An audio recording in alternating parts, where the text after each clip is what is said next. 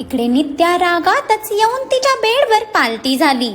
आरवच्या या बदललेल्या वागण्याने तिला खरंच खूपच त्रास होत होता आणि तिला तो नीट व्यक्त करता येत नसल्याने तिची खूपच चिडचिड होत होती. आरव, का का असं वागत आहेस ज्याने मी तुझ्याकडे परत जास्तीत जास्त ओढली जातीये? नाही नाही, मी मी परत तुझ्यात अडकू नाही शकत. हे खूप चुकीचं आहे. तू ऑलरेडी कोणा दुसऱ्याचा आहेस हे माहीत असतानाही माझं तुझ्यात गुंतणं अजिबात योग्य नाही. आधीच मी खूप मुश्किलीने तुझ्या प्रेमाच्या मोहातून स्वतःला लांब करू पाहतीये. पण जर तू असाच वागत राहिलास तर माझं तुझ्यावरचं प्रेम आणखीनच गडद होईल. मग मी प्रयत्न करूनही तुझ्याशिवाय राहू शकणार नाही आणि मला तेच नको आहे. कारण तू फक्त श्रीजाचा आहेस हेही तर तितकंच सत्य आहे ना. नित्याने तिच्या उशीत तोंड खुपसून तिचे डोळे कच्च ओढून घेतले. तिला आता रडून अजिबात कमजोर पडायचं नव्हतं, कारण तिचं मन आता मूव्ह ऑन करायला सर्वतोपरी तयार झालेलं. पण इकडे आरव जसा नित्याच्या रूम मध्ये आला, तिला असं बेडवर पालतं झोपलेलं बघून त्याचा श्वासच अडकला. कारण मागून दिसणारी मॅडमची हॉटनेस जरा जास्तच पीकवर होती. भलेही नाजूक होती ती, पण तिच्या शरीराचे वळण कमालीचे कसलेले होते. त्यात तिने योगा आणि एक्सरसाइज करून स्वतःला जास्तच मेंटेन केलेलं. उफ यार, हिच्याबद्दलच्या फिलिंग समजल्यापासून माझं डोकं जरा जास्तच फिरलंय वाटतं. जे हार्मोन्स श्रीजाला बघून कोमात जायचे ते हिला बघितलं तरी उसळायला लागतात. आधीच हिचा रागच इतका जीव घेतोय माझा, त्यात ही अशा भयानक मुद्रेत झोपून मला पेटवून सोडतीये. बट आरव, चुकूनही तिच्या जवळ जाण्याचा विचारही करू नको, कारण आधीच तवा इतका तापलाय की तूच शेकून उठशील. आरवने मनातच मोठे मोठे श्वास घेत त्याच्या भडकलेल्या हृदयावर फुंकर मारली आणि परत त्याच्या चेहऱ्यावर किल्लर स्माईल आली, ज्याची तिला सर्वात जास्त चीड यायची.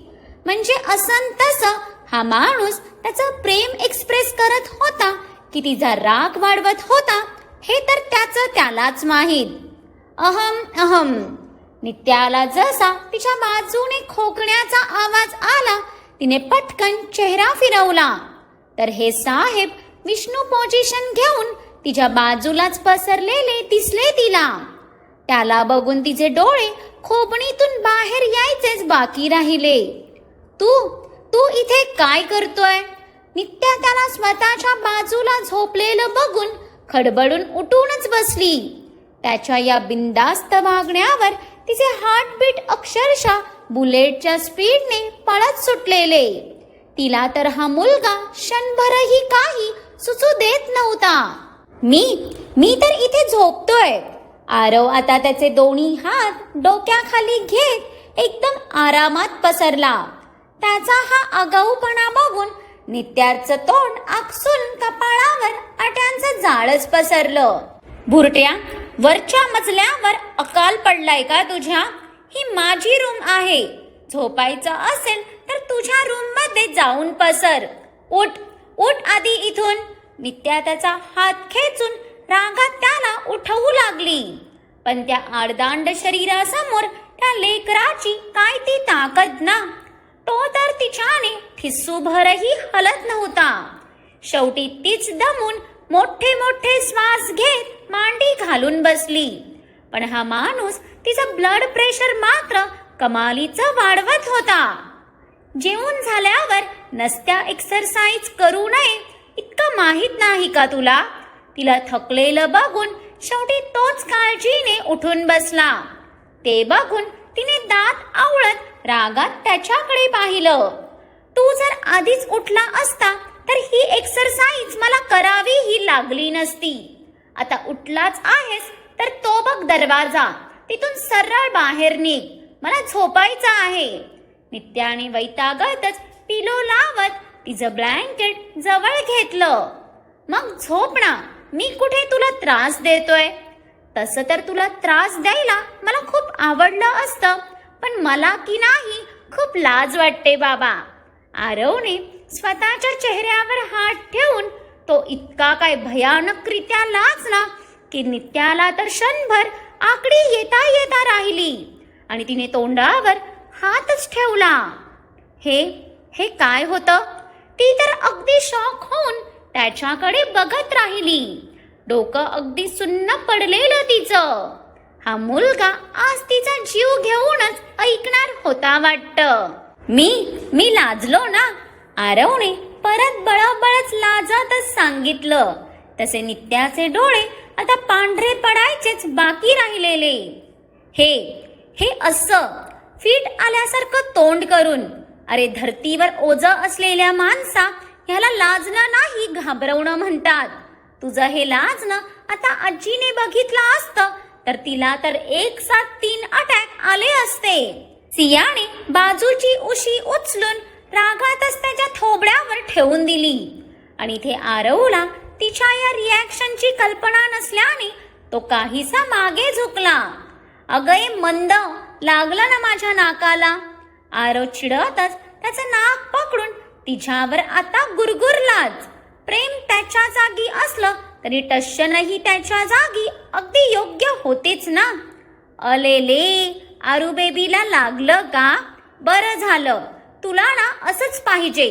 आता अजून थोडा टाइम इथे थांबलास तर नाकाबरोबर कान, डोळे, हात, पाय सगळंच मी तोडून टाकेन. नित्या रागात फणकारून उठली. आज तर या मुलाने तिला अगदी नकोसं केलेलं. नित्या, तू रागात कितीही बोलली तरी तू तसं काहीच करू शकत नाहीस हे तुला आणि मला दोघांनाही चांगलंच माहीत आहे. कारण तू मला स्वतःहून कधीच हट नाही करू शकत. आरवने गालात हसतच नित्याकडे बघून भुवया उंचावल्या. जणू मी बरोबर बोलतोय ना या आविर्भावात तो तिच्याकडे बघत होता.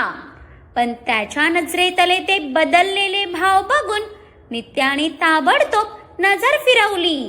नो नित्या, त्याच्या डोळ्यात बिलकुल बघू नकोस. नित्याने मनातच उसासा सोडत डोळे मिटत स्वतःला आधी शांत केलं आणि परत तिची रागीट नजर आरववर आली. आरव, तुला इतक्या रात्री का माझ्या हातून मार खायचा आहे? हे बघ, मी आधीच वॉर्न करतीये, तुझ्या थोबड्याचा नक्षा बदलायला मला जास्त टाइम लागणार नाही. नित्याने त्याच्या समोर बोट नाचवत त्याला इतकी काय गोड धमकी दिली की त्याला हसूच आलं. तिला स्वतःवर इतकं भडकलेलं बघून जणू त्याला आंतरिक सुख मिळत होतं. तुझी वॉर्निंग मी एक्सेप्ट केली. तू हवे तर मार मला. I am all time ready. Aarav आताही तिला डिवचात बेडवर पसरायला जाणार की आरव, नित्या उशी घेऊन आता त्याला परत मारायला. आरवने ह्यावेळी ती उशीच खेचली की नित्या जाऊन डायरेक्ट त्याच्या छातीवर आदळली. तसा क्षणभर तोही स्तब्ध झाला. एकमेकांच्या त्या नाजूक देहाचा स्पर्श त्यांना इतक्या प्रकर्षाने झालेला की दोघांच्याही अंगावर सरसरून काटा आला. तसं आरवने पटकन तिला मागे केलं. क्षणभर तर त्या रूम मध्ये भयान शांतता पसरली. दोघंही मान खाली घालून अवघडून त्यांचे फुललेले श्वास सावरण्याचा प्रयत्न करत होते. नित्याला तर कुठे तोंड लपवू असं झालं.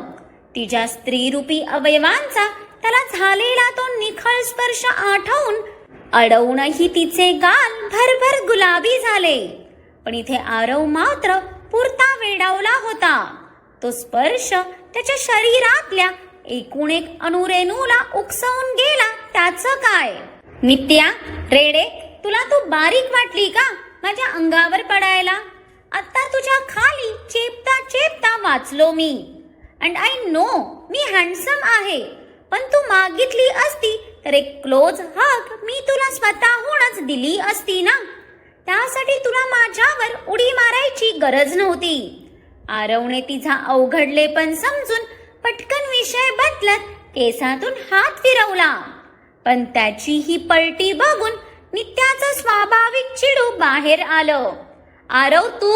नित्या त्याचा गळा पकडायला जाणार की आरवने तिचे दोन्ही हात पकडले.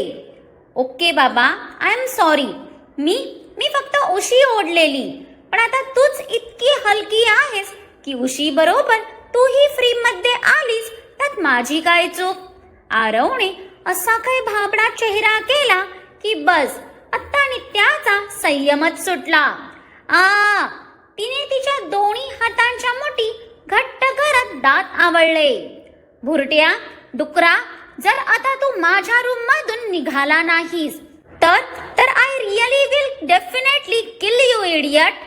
तिचा तापलेला तवा खूपच लाल झालेला बघून आरव बेडवरून टुनकन उडालाच. ओके रिलॅक्स, जातो मी. खुश? पण ते बघ, ते आईस्क्रीम खा आणि तुझा भडकलेला मेंदू थोडा शांत कर. उद्या मॉर्निंगला भेटू. बाय.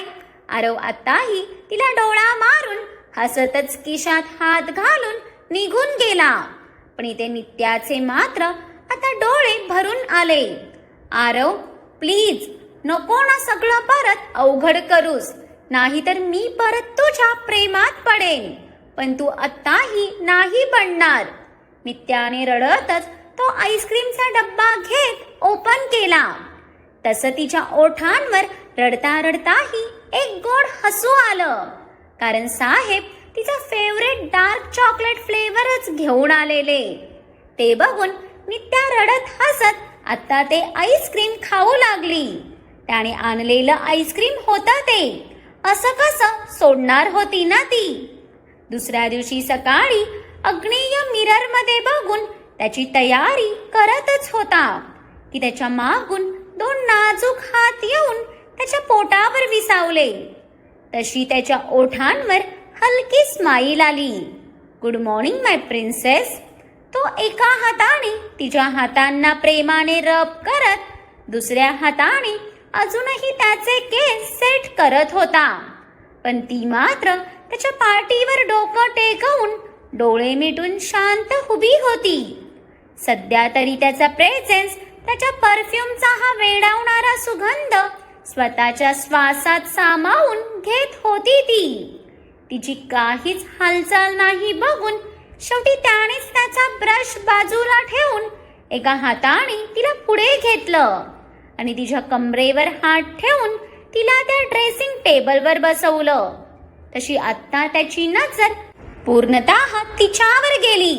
मॅडम अजूनही त्यांच्या नाईट ड्रेस मध्येच होत्या. त्यात तिचे ते घनदाट केसही पूर्ण मोकळे असल्याने त्याच्या चुकार बाटा तिच्या गालांवर आलेल्या.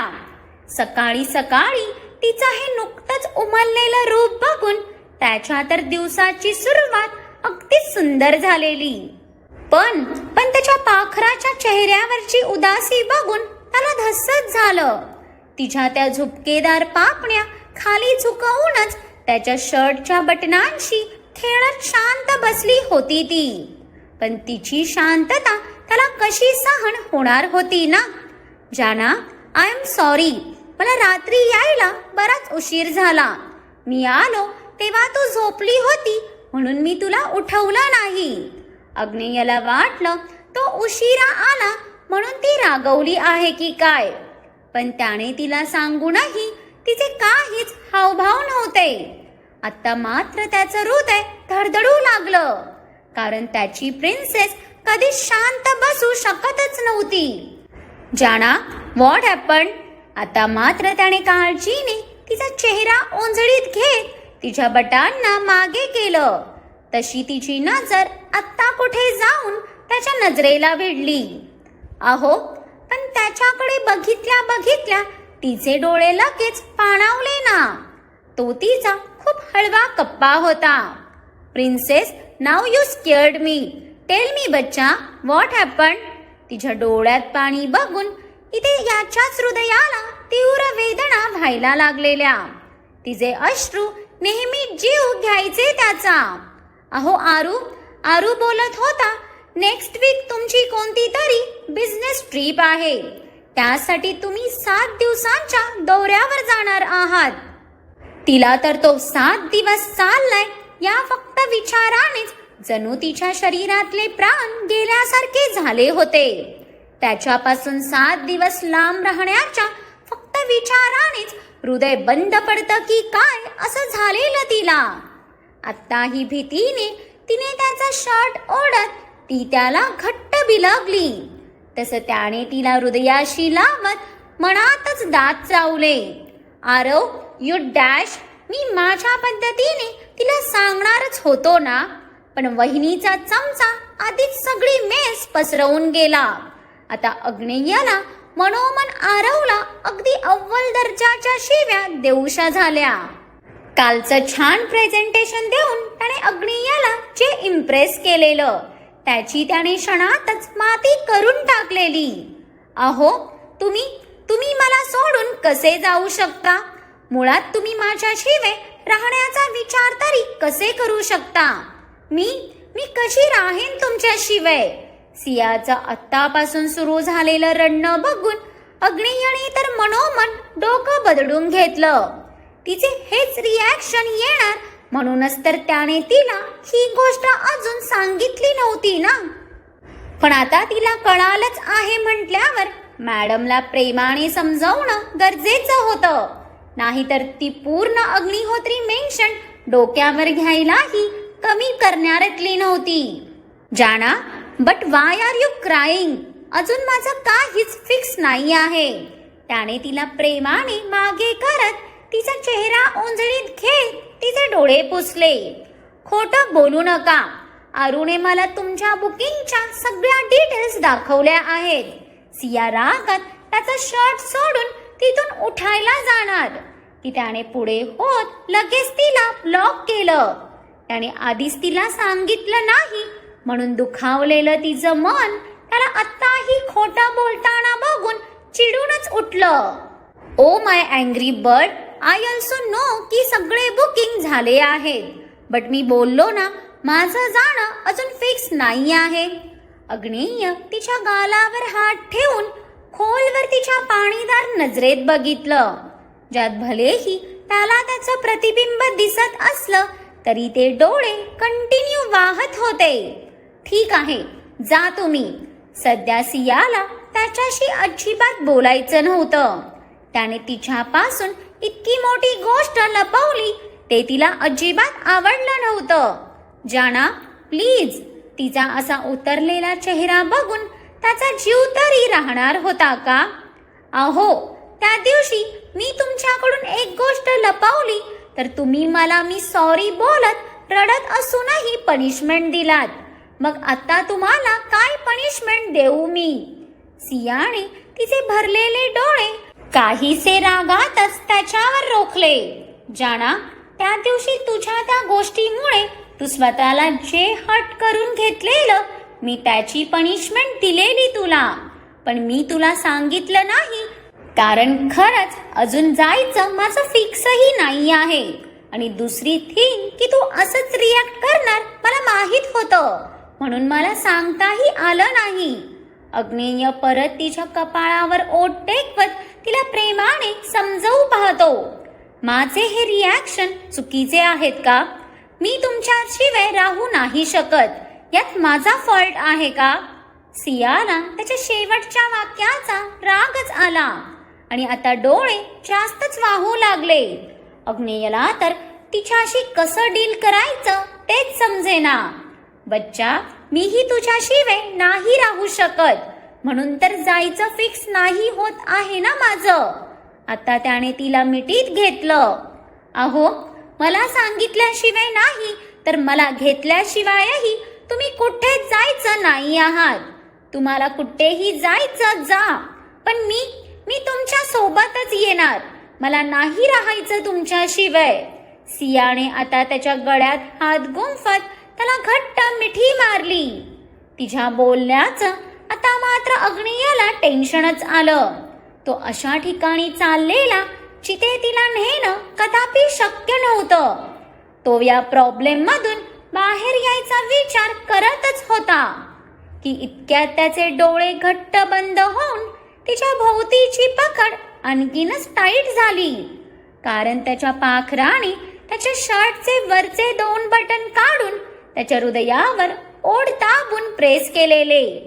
जाना, डोंट, मला लवकर जायचं आहे. अग्नेय त्याचा चेहरा वर करत मोकळा श्वास सोडत कसाबसा बोलला. तिच्या या मादक स्पर्शाने त्याच्यातला हैवान लगेच जागा व्हायचा. नक्की जायचं आहे? सियाने त्याच्या मानेवर ओढ दाबत एकदम हळू आवाजात विचारलं. पण छे, तिचं एक पाऊलही त्याला लगेच चार्ज करायचं. तिच्या बाबतीत त्याचे हार्मोन्स जरा जास्तच ऍक्टिव्ह होते. जायचं आहे, पण आता एक राऊंड नंतर. अग्नेयने तिला तसंच उचलून घेताच तिने लाजून त्याच्या शर्टमध्ये चेहरा लपवला. त्याच्या प्रेमात ती जितकी वेडी होती, तर त्याची तर तिच्यावरच्या प्रेमाची काही लिमिटच नव्हती. मग काय वाटतं तुम्हाला, अग्नेय अशा कोणत्या ठिकाणी चालला आहे जिथे तो सियाला घेऊन जाऊ शकत नाही? असं नेमकं काय चाललं आहे त्याच्या डोक्यात हे तर आपल्याला पुढे कळेलच. पण तुम्हाला काय वाटतं, राघवेंद्र शांत बसणार का? आता बघूया पुढे काय होतं ते. त्यासाठी पुढचा भाग आवर्जून बघा. आणि आजचा हा आरव, नित्या आणि अग्नेय आणि सियाचा लवीडवी भाग कसा वाटला हे मला कमेंट्स करून नक्की कळवा. आणि आवडला असेल तर लाईक करून खूप साऱ्या लोकांबरोबर शेअर करा. आणि ज्यांनी कोणी अजून माझ्या चॅनेलला सबस्क्राईब केलं नाही त्यांनी आठवणीने सबस्क्राईब करा.